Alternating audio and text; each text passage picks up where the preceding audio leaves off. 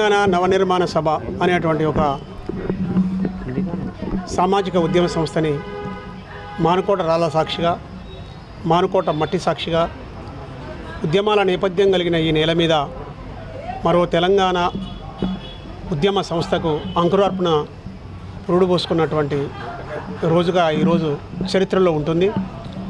దీనికి ఒకే ఒక కారణం, ఒకే వాక్యంలో చెప్పాలంటే సీమాంధ్ర పాలకుల దోపిడీ మారి తెలంగాణ పాలకుల అంటే సీమాంధ్ర దొరల పెత్తనం పోయి దోపిడీ పోయి సేమ్ స్వతంత్ర భారతదేశంలో మనం అనుకున్నట్టే తెల్లోడి నుంచి నల్లోడికి వచ్చినట్టు సీమాంధ్ర దొరల అధికారము పెత్తనము దోపిడిపోయి తెలంగాణ దొరల అగ్రవర్ణాల మరి ఆధిపత్యం పాలన వచ్చింది తప్ప కింది వర్గాలైనటువంటి ముఖ్యంగా ఎస్సీ ఎస్టీ బీసీలు అయినటువంటి కింది వర్గాలకు ఆ యొక్క మనం కొట్లాడి తెచ్చుకునే తెలంగాణ యొక్క వనరులు కానీ సంపదలు కానీ మనం ముఖ్యంగా చెప్పాలంటే జయశంకర్ సార్ చెప్పినట్టు నీళ్లు నిధులు నియామకాలు అన్నాడు.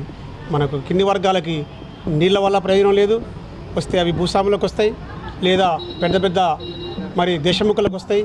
వందల ఎకరాల వేల ఎకరాలకు ఉపయోగం జరుగుద్ది, ఎస్సీ ఎస్టీ బీసీలకు జరిగే ఉపయోగం ఏమీ లేదు. నిధులు వస్తాయి, నిధులు వస్తే మీ అందరికీ తెలుసు మరి కాళేశ్వరం ప్రాజెక్టును కట్టి లేదా పెద్ద పెద్ద ప్రాజెక్టుల పేరు మీద నిధుల దోపిడీ జరుగుతుంది.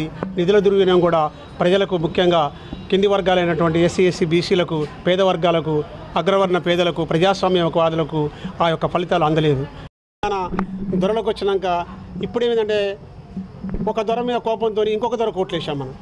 కానీ వాడు దొరైన సంగతి మనకు గుర్తుపెట్టుకోవాలి మనం.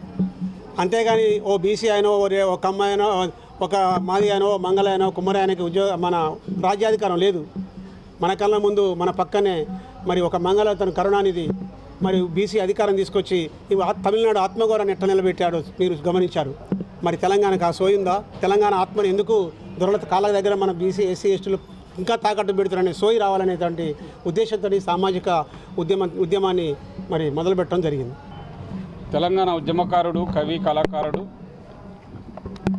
కుమర వెంకన్న గారి ఆధ్వర్యంలో తెలంగాణ నవనిర్మాణ సభ సన్నాహక సమావేశం ఈరోజు మహబూబాబాద్లో ఏర్పాటు చేయడం జరిగింది. వివిధ మేధావులు, ఉద్యమకారులు, ఉద్యమ సంఘాలు, ఉపాధ్యాయుల మిత్రులతోటి మరికొన్ని రోజుల్లో పెద్ద ఎత్తున ఆవిర్భావ సభ జరుపుకుంటున్న నేపథ్యంలో ఈ సంస్థ యొక్క విధి విధానాలు, లక్ష్యాలు, దాని యొక్క ఆబ్జెక్టివ్స్ ప్రధానంగా చర్చించడం జరిగింది.